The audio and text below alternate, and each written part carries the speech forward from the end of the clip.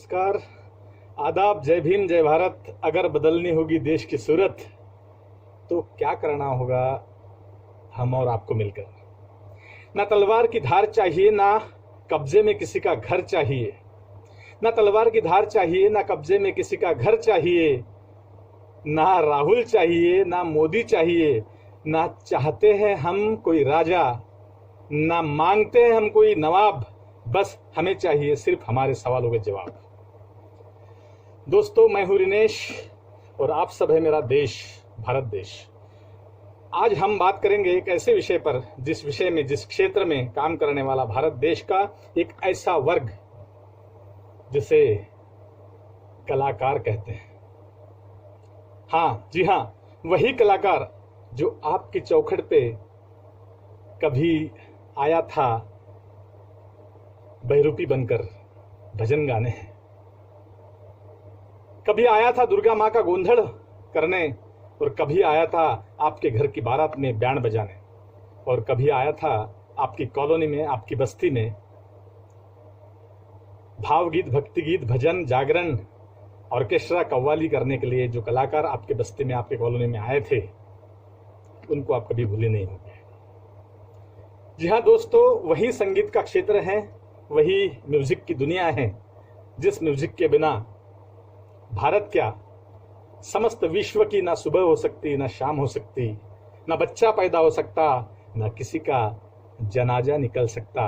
Music के बिना, संगीत के बिना ये धरती अधूरी है।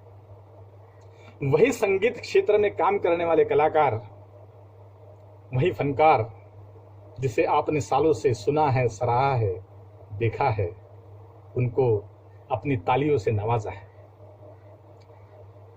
दोस्तों, आपको याद आया होगा, आपके बस्ती में जब भी कोई दुर्गा गणेश उत्सव में कोई कलाकार आए थे, किसी ने कुछ ऑर्केस्ट्रा का प्रोग्राम किया था, किसी ने मैजिक बताया था, किसी ने लावनी का कार्यक्रम किया था, पूरी बस्ती सुबह से शाम तक खुश होती थी और पूरे लोग इकट्ठा होकर रात को कॉलोनी के एक गली में मंडल की कार्यकर्ताओं के साथ में भीड़ बनाकर हमारा इंतजार किया करते थे।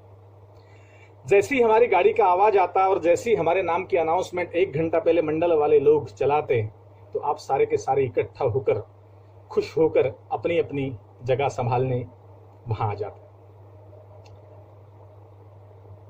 लेकिन इसके पीछे का सत्य आपको आज मैं बता ही देना चाहता हूं, क्योंकि आज लॉकडाउन को जितने भी दिन हुए हैं आप सब जानते हैं।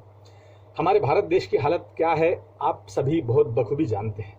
वो राजा की आवाज, मित्रों आप चिंता ना करो, हम है ना, मेरा नाम है मोदी, मैं सबको दूंगा गाली, कुछ नहीं होगा।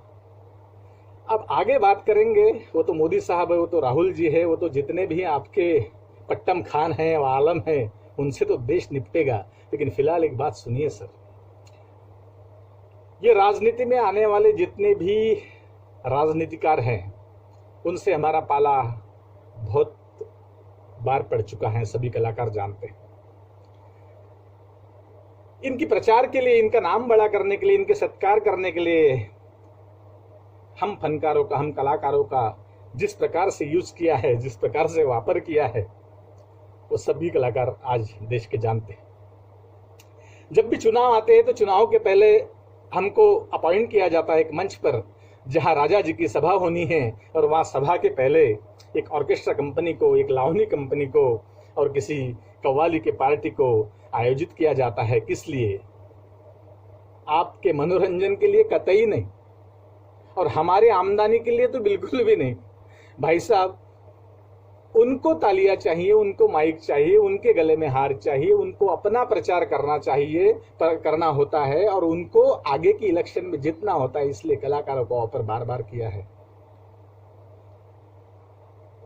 बस्ती का कोई छोटा सा कार्यकर्ता आ जाता, भैया आज भाऊची सभा आहे आपल्या वस्तीमध्ये और हम आपका प्रोग्राम करना चाहते हैं, सर कितने पैसे लोगे आप? हमने बताया सर हम तो 30,000 रुपये लेते हुए विथ डांस ग्रुप, और आपको क्या क्या चाहिए, लाइटिंग और सारे हम फनकार आ जाएंगे आपकी बस्ती में, हम आपका मनोरंजन कर देंगे। क्या सर आप 30,000 रुपये लेते सर? अरे 10-12 हजार, 8-10-12-15 हजार का कार्यक्रम है सर, क्या है? आप छोटी छोटी बस्ती में छोटा छोटा चंदा होता है। भैया आ रहे हैं, भाऊ आ रहे हैं, जब चुन के आएंगे तो सर, अरे अब बाप रे, आपका बंटाधार हो जाएगा सर। बंटाधार मतलब आपका कल्याण हो जाएगा। आपको तो बिल्कुल बाप रे बाप रे बाप रे बाप रे, आपकी तबीयत खुश हो जाएंगी। भाऊ चुन के आना चाहिए, और आप इतना अच्छा ऑर्केस्ट्रा करो कि भाऊ चुन के आना चाहिए। सर ऐसे कई बस्तियों में हमने पेमेंट के लिए रात गुजारी है, रात। सभी कलाकार जानते हैं। हम कलाकार वाकई इतने दिल के अच्छे होते हैं, भोले होते हैं, हमको सारों से सरोकार होता है। और हम मंडल ने कुछ बताने से पहले ही जैसे ही गाड़ी दिखती है तो हमारे कलाकार, हमारे अनाउंसर, हमारे कंपेरर इतने होशियार होते हैं, इतने ब्रिलियंट बंदे होते हैं कि वो समझ जाते हैं कि भाई साहब आप प्रोग्राम आधा हो चुका है, आप गाड़ी किसकी आई होंगी, तो आप मंच साझा करने के लिए आए हैं हमारे भाऊ। बीच में गाने बंद करके, हाँ नमस्कार बहनों और भाइयों, अभी फलाने फलाने का आगमन हो चुका है और भाऊ अभी मंच की तरफ आ रहे हैं। भाड़ में गया तुम्हारे गाने और भाड़ में गए तुम्हारा सब प्रोग्राम। भाऊ आएंगे, मंच पे चढ़ेंगे, हमारी तरफ देखेंगे नहीं, भाऊ को फुर्सत नहीं है। सफेद कपड़े, साले चोर नजर आते चेहरे से, और उनके कपड़े और उनका कार्यक्रम सब हो। आए बस्ती में, सब लोग इकट्ठा भीड़ करके भूल गए ऑर्केस्ट्रा को, भूल गए कलाकारों को, सब खत्म हो गया कार्यक्रम बस। फिर हम हमारी कला छोड़कर, हमारा कार्यक्रम छोड़कर, हमारे गानों की लिस्ट बाजू में रखकर भाऊ को माइक देते और भाऊ भिड़ जाते। मंचावर उपस्थित असलेले मान्यवर,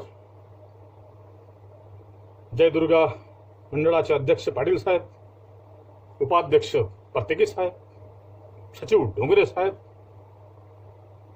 कोषाध्यक्ष फलाने साहेब, अलाने साहेब, गुलाने साहेब, सर्वांना नमस्कार, जय भीम, जय भारत। आज या मंडळाला 32 वर्ष झाली। 32 वर्षापासून मी इथे रोज येतो।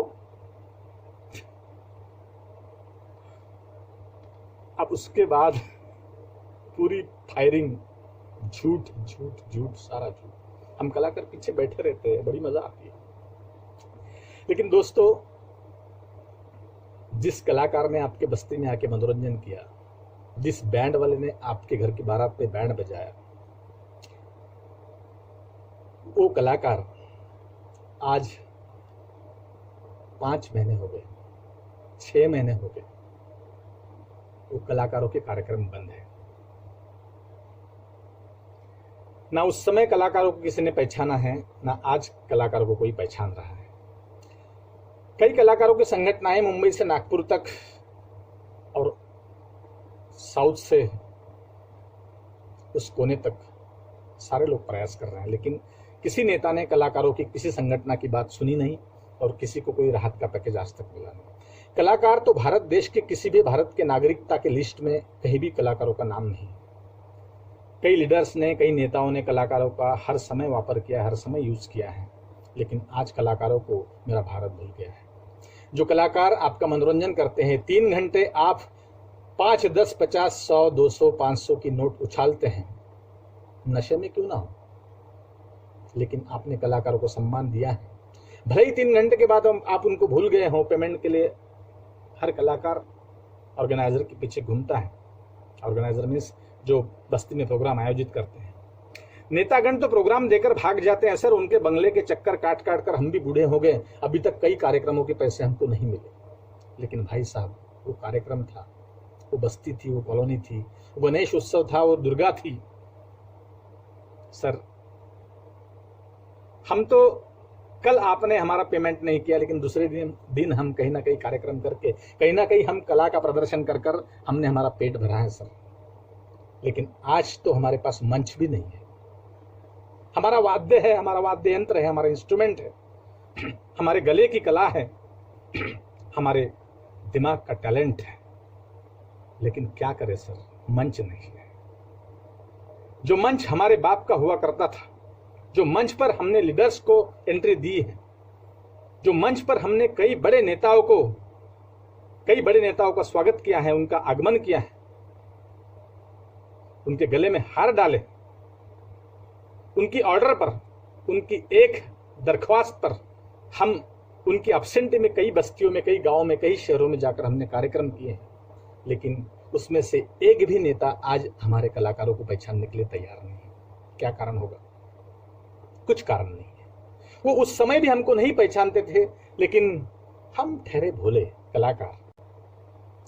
नागपुर में आज 600 से 1000 मुख्य कलाकार होंगे, उसके बावजूद भी कई कलाकार हैं, नाटक कंपनी के लोग हैं, लावनी कंपनी के लोग हैं, ऑर्केस्ट्रा के लोग हैं, कव्वाली के कलाकार हैं, कुछ गोंधड़ करने वाले हैं, कुछ भजन करने वाले हैं। ऐसे कई कलाकार हैं सर, जिनका जरिया सिर्फ गाना बजाना है।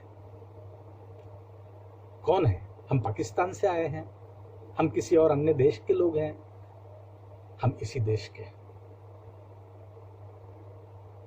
सर, हमारा गुनाह हो गया, हम इस कला के क्षेत्र में काम करते हैं। गाना गाकर पेट भरने वाले, एक इंस्ट्रूमेंट बजाकर पेट भरने वाले कलाकार लोग, आज उनके घर में चूल्हा नहीं जल रहा है। आपके भरोसे नहीं थे वो, आपके जेब के पैसे के ऊपर उनकी नजर नहीं है सर, लेकिन मंच नहीं है मंच, और चाहकर भी आप मंच उपलब्ध नहीं करा सकते ऐसे पीरियड में। देश के नागरिक हैं सर, हम भी वोटर हैं, हम भी किसी ना किसी को वोट करते हैं। नागपुर के बहुत मान्यवर कलाकारों ने संगठन के लिए प्रयास किया। सभी गरीब कलाकारों को, सभी छोटे मोटे कलाकारों को उन्होंने सम्मिलित किया। अभी मैं किस किस का नाम लूं, वो जागती हो जाएगी, किसी का नाम नहीं आएगा। सभी मान्यवरों को पता है कि वाकई में बहुत सारा प्रयास कलाकार के संगठनों ने किया, लेकिन कलाकार ने ही कलाकार की मदद की है, किसी समाज सेवी ने कलाकार की मदद की है, ना कि कोई बहुत बड़े पॉलिटिशियन का, और पॉलिटिशियन की नजर हमारे ऊपर गई है। सर, नागपुर के विख्यात पॉलिटिशियंस के नाम आप जानते होंगे, उन तक भी खबर गई है। हम हमारे आरजे के थ्रू तो भाई साहब तक भी खबर लेकर गए थे। क्या मिला? राशन किट, और सिर्फ राशन किट, वो भी सैकड़ों की लाइन में खड़े रहकर। तो भारत देश के हम भी लोग हैं, हम भी भारत देश के नागरिक हैं। लॉकडाउन हट जाएगा, दुनिया पटरी पर आ जाएगी, तो हमारे मन में हमारे श्रोताओं का प्यार, और श्रोताओं के लिए, आपके मनोरंजन के लिए हम वापस खड़े हो जाएंगे। हम फिर हमारी कला को जागरूक करेंगे, हम अभ्यास करेंगे, हम नई दुनिया में प्रवेश करेंगे। लॉकडाउन के बाद भारत कैसा होगा, उस दिशा में हम कार्यक्रम डिजाइन करेंगे, और हम हमारे जहन में जो भी प्यार है, जो प्रेम है भारत माता के प्रति, हम सारा का सारा न्यौछावर कर देंगे। लेकिन प्रिय पॉलिटिशियन मोदी साहब, हम भी इस देश के नागरिक हैं यार। मैं दिनेश हूं, छोटा सा कलाकार हूं, और इस वीडियो के माध्यम से कलाकारों की आवाज आप तक पहुंचाना चाहता हूं।